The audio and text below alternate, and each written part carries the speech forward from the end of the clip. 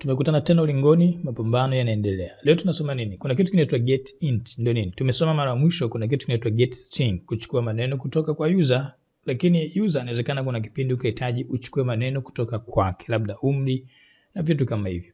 Kama unakumbuka tuliwahi kutengeneza program ya kumjua huyu ni mtoto au ni mkubwa. Pale utatumia nini? Get int number. Njoo tuangalie tunatengenezaje program kama hiyo au tunawezaje kuchukua namba kutoka kwa user. Bila shaka kodi yote ya get string, get int ni kodi ambayo inapatikana kwenye library ya CS50. Kwa hiyo maana yake hakikisha unafanyaje? Una include hii library kama utakuwa hii library kama itakuwa ulifuta. Tuanze. Andika unachokitaka. Kwa mfano mimi nitatengeneza mfano tu wa calculator dogo. Nitamwambia labda nitapiga hesabu ya jumlisha. Nitamwambia int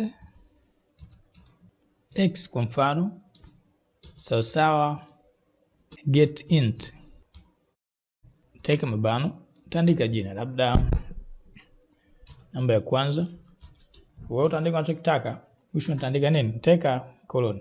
Nitakuja hapa nitaandika, nitakopi paste. Video isiwe ndefu sana, maana video isiwe ndefu sana mda mtu anaogopa kumbe somo jepesi tu. Hapa nimeandika int y get int namba ya pili. Hapa nitaandika namba ya pili. Kazi yangu imeisha. Nitaweka hapa matokeo. Tumesoma katika masomo yaliyopita kuwa hutakiwi kuwa na mistari mingi. Sio umenipata? Kwa unaweza kuweka sehemu ya matokeo au kaacha ukachukua matokeo ukaweka matokeo mwisho kwenye nini? Kwenye printf. Njoo tupunguze mistari kwa sababu tumesema somo hataki liwe refu. Tutafanya hivi, nitaandika printf nini? Nitaambia printf jibu ni, nitaandika jibu sahihi ni, nitaweka hapa alama ya asilimia. Hii int tumesema int inatumia I au D yote sawa. Kwa jibu sahihi ni I. I yenyewe ipoje hapo? Itakuwa ni x jumlisha y. Usisahau kuweka koloni. Tumemaliza. Angalia usisahau kuweka koma. Kodi imeisha. Nitasave. Nitakuja hapa. Hii ni CS50, tumetumia library ya CS50. Madam tumetumia maktaba ya nje, kodi tutatumia nini? Hatutumii make, tutatumia cc nk.c, file yangu ni .c. Kistari kidogo o, jina lake itakuwa nk, mimi naita 1, chagua jina unataka mwenyewe .exe, yani nitolee program hii. Nitamwambia kodi hii itazame kwenye cs50.c. Nitapiga enter. Atatengezea file pale nk1. Tambia kutokea hapa run nk1.exe. Okay, anakuambia namba ya kwanza. Labda nipige space, sitaki zikaribiane. Nitaandika labda 10,000. Piga enter. Namba ya pili nitapiga labda 20,000. Natakiwa jibu ile ngapi? 30,000, si ndio? Piga enter. Oh, mbona imekuja tena namba ya kwanza, ya pili, ya tatu, ya nne, ya tano? Kila ukiandika hapa atakuletea tena namba ya 8. Unadhani kodi yako imekosewa? No, hujakosea. Kilichokosewa ni kwamba wewe umepiga space. Hii ni int, maana yake inachukua namba pekee yake. Ukipiga space maana yake imechukua masafa. Kwa maana yake haisomi umeandika nini. Maana yake kama utaandika namba au herufi hapa, pia itakuja jibu hilo, umeona? Haishi mpaka kesho hii. Yaani hapo utakesha hapa. Umeelewa? So what to do? Kama uelewi maana itabidi ufanyaje? Uclose ufungue tena. Lakini kama unaelewa njoo tukupe ni sababu. Sababu ni kwamba umepiga space na hii sehemu ya kuandika namba itakiwi. Sasa mwingine ataniambia mimi nataka pawe na space kwa sababu nikija hapa nikaandika labda 4,000. Sawa, no problem, lakini sasa mbona mimi naona kama haipendezi eti? Au unaonaje? Haipendezi eti. Ningemwambia okay, ataniambia jibu sahihi ni 7,000, lakini mimi sitaki iandikwe hivyo. Space yako ipige huku kwenye code. Take hapa nisema utekelezaji tu. Utaki kuleta ufundi hapa. Hapa kuhusu. Hapa ni kodi ulizoziandika umeipa program yako. Kwa hiyo program yako inatekeleza kwa mujibu wa kodi ulizoipa. Unaongeza tena chumvi wakati msosi upo mezani. Inamaanisha wewe sio mpishi nini? Sio mpishi mzuri of course. Njoo sasa tufanyaje? Kwa kama unataka uweke space, weka space kutokea hapa. Kwa mimi nitapiga space hapa, namba ya kwanza, nitapiga space na hapa, namba ya pili, nita control save. Hakikisha una save, control S. Okay, nitakuja hapa nitairun tena. Tumesema kubonyeza mshale na kurejeshea kodi ya nyuma. Atanitengenezea faili, nitabonyeza tena, atairun. Ataniambia namba ya kwanza utakuta kuna space, umeona? Nitaandika 5000. Namba ya pili itakuwa labda 1,000,000. Piga enter. Jibu ataniambia ni sasa ni 1,000,000 na 5,000. Umeshinda, si ndio? Okay. Hongera sana, acha nifute nikuoneshe kitu kingine. Kama hapa nitakuja nitamwambia bwana, mimi hapa nina namba bilioni 1. Njoo tuangalie. Mimi nitaandika NK, nitairun program. Program ni hapa. Nitairun program.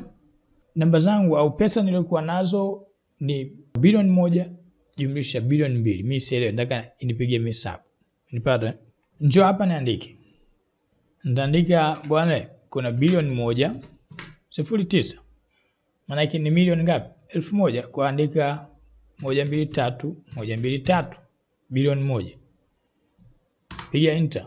Okay, ongezea bilioni 2. Mimi nitaongeza bilioni 2. 123. Najua wengine tunajifunzia hapa hii namba. Iko mbali, tutaifika usijali.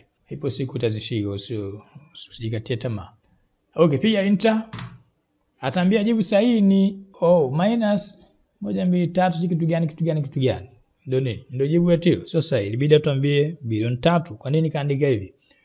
Kwa sababu hii integer tumesema kama namba ni za kawaida tutatumia integer ya kawaida, lakini kama namba ni ndefu tunatumia nini? Long. Lakini hata hiyo long inawezekana ikawa chache vile vile. Nini unachotaka kujua? Unataka ujue kwa unapewa biti ngapi. Lakini pia ni kutokana na kompyuta unayotumia. Yenyewe inakupa biti ngapi katika kuhifadhi namba kwenye integer. Kuna baadhi ya kompyuta inaweza kuandika bilioni 3. Kompyuta yangu mimi hapa imekataa kuandika bilioni 3. Nitumie long. Maana yake hapa itabidi ni change nielekee kwenye nini? Kwenye long. Njoo tuandike long.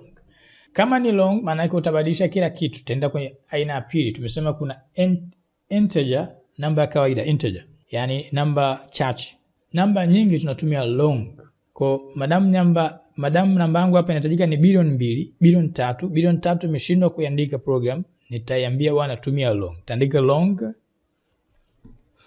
Ukiandika long maana yake pia itakuwa get nini? Get long, lazima ubadilishe. Get long hapo. Kuna hapa chini utaika hivyo get long, get long. Ichukue hii, copy paste. Take unapofanya copy paste hakikisha data zako baadaye ziko sawa. Maana ukisio kiacha hapa x itakupa error kwa sababu namba inaingia sehemu moja. Okay. Kwa hapa nina get long, nina long na get long. Print f sahihi. Long inaitwa li. X plus y. Tumemaliza, bonyeza Ctrl S, njoo tu run. Mimi nitaambia ni run. Bonyeza, katengeneza faili. Bonyeza run. Nitamwambia bilioni 1 123456789. Bilioni 2 123456789. Enter. Bado kanigia jibu lile slash sijui kitu gani minus 123. Kwa nini? Inamaanisha pia hata long kwenye kompyuta yangu mimi hainiruhusu kuandika bilioni 3. Kuanzia bilioni 3 kwenda mbele siruhusiwi. Kwa lazima nitumie nini? Zaidi hapo. Lakini kwa sababu gani? Kwa sababu kila data hapo uliopewa ina byte zake ambazo unapewa kuzitumia. Tuseme ina bit zake ambazo unapewa. Kwa integer unapewa bit 32. Nadhani watu ambao wamesoma binary unaweza ukakaa huko siku kaamua kupiga mahesabu ujue kwa nini bilioni 3 inakataa kuingia kwenye bit 32. Pamoja kwa ni kubwa kwa muono wa haraka. Sio muda wetu kwa sasa kukulika nalo hilo somo, uje kutuambia baadaye huko kwenye komenti nini kilichotokea mpaka bit 32 zinashindwa kuandika bilioni 3 au bilioni 4 kwenda mbele. Kwa mimi hapa nitatumia nini? Kwa mimi hapa nitatumia kitu kingine kinakuja. Kuna kitu kingine kinaitwa long. Katika data type ambayo sisi tulichukua kuna kitu kinaitwa string, kuna kitu kinaitwa integer, kuna kitu kinaitwa long. Long tumesema namba ya kawaida ndefu. Alafu kuna kitu kinaitwa float. Float ni zile desimali. Lakini pia kuna double float. Kuna double, yani float mara 2. Yani float imezidi desimali zaidi ya kadhaa. Linki ya huu mtandao nitaiweka chini hapo. Angalia hapa kakuelezea zaidi matumizi ya hizi data zako, data type au data type zote sawa. Kuna kitu kinaitwa long, tumesoma integer tushaelewa, haifiki bilioni of course. kuna kitu kinaitwa long. Long anakugea beti 4. Anakugea beti ngapi? Beti 4. Tumesema beti moja sana ngapi? Na bit 8. Kwa maana hapa una biti ngapi? Una biti 32. Maana yake 8 mara 4 32. Sasa tutatuambia kwa nini biti 32 haikuweza kuandika bilioni 1 kwenye kompyuta yangu mimi. Piga hesabu huko na 2. Na sio kwangu tu, hata kwa kweli ukitakataa huko. Kompyuta nyingi zitakataa. Okay. Kuna kitu kinaitwa long. Long anakugea byte 8. Kwa maana 32 mara ngapi? Mara 2. 64 maana yake. Of course ni kubwa zaidi. Pia kuna long double. Anakugea byte ngapi? 10. Pia amekuwekea hapa vishio vyake hapa. Yaani unapotaka kuita zile variable long itaitwa LD au LI yote sawa, au utaita LLD kama ni long itaitwa LLD au LLI kawaida. Au kwa kuandikia mifano unaweza ukafuatilia kama unataka kujifunza zaidi. Lakini pia mtandao mwingine wapo utakufundisha hizo namba zilizowekwa. Mfano hapa kakuwekea kabisa hii long inachukua kuanzia ngapi? Namba hii hapo minus mpaka ngapi? Bilioni 2. Mwisho bilioni 2. Haifiki bilioni 3, ndio maana kwangu mimi bilioni 3 ilikataa. Kwa ni namba ya kawaida. Umenipata? Lakini hii inatokana na nini? Pia kompyuta yako system imekugea namba ngapi? Yaani system yako inakugea namba ngapi kwenye upande wa. Kwa hiyo jaribu kwenye kompyuta yako kubali, maana kompyuta yako imekuruhusu. Kama itakubali maana yake utaenda na nini? Na default setting ni hapo. Tuendelee na somo. Tumeelewa? Njoo tuendelee na somo. Kwa hapa nitatumia nini? Nitatumia kitu kinaitwa long kwa sababu long imenikatalia. Kwa hiyo nitaongeza long na hapa nitaambia long.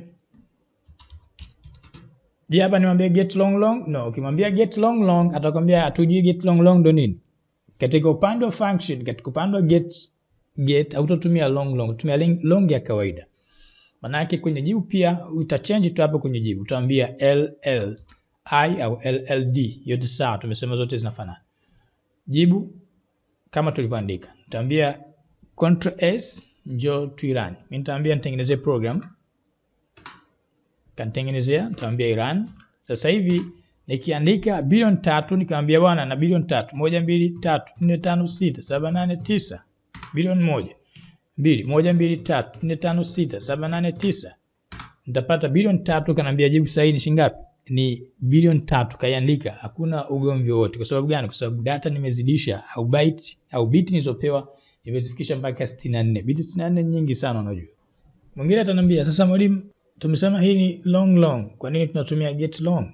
Mimi naona kama itanizungusha au inaweza kaniletea error katika baadhi ya mahesabu. Okay, isiwe ugomvi. Kama unataka kutumia get long pia unaruhusiwa, lakini utaandikaje? Itabidi uandike, uweke alama ya slash, uweke huo mstari mkubwa kisha uandike tena long. Yaani usiweke space kwa sababu ukiweka space itashindwa kuelewa umeandika nini. Kuandika long itaandikwa hivyo. Kwa ukiandika hivyo pia iko sawa na utapata matokeo yayo hayo au hayo. Somo la leo halikuwa gumu, ni jepesi, ni sawa na marejeo. Kwa sababu get tumesoma get string, kwa sababu tumeongeza tu kitu kinaitwa get int. Kwa unaweza kaambia kama mtu umri, unaweza kutengeneza program ndogo, tengeneza program ndogo kwenye comment hapo, tukomentie hapo program ndogo ambayo itamtajia mtu umri wake kwa mujibu wa mwaka aliozaliwa. Yaani akupe tu kazaliwa mwaka gani. Umenipata? Tumefungua group la WhatsApp linaitwa Coding Camp. Pale tunakutana wote ambao wanapenda masuala ya programming. Hii kozi tuicontrol zaidi. Link ipo chini. NK Computer Training, be more than a professional.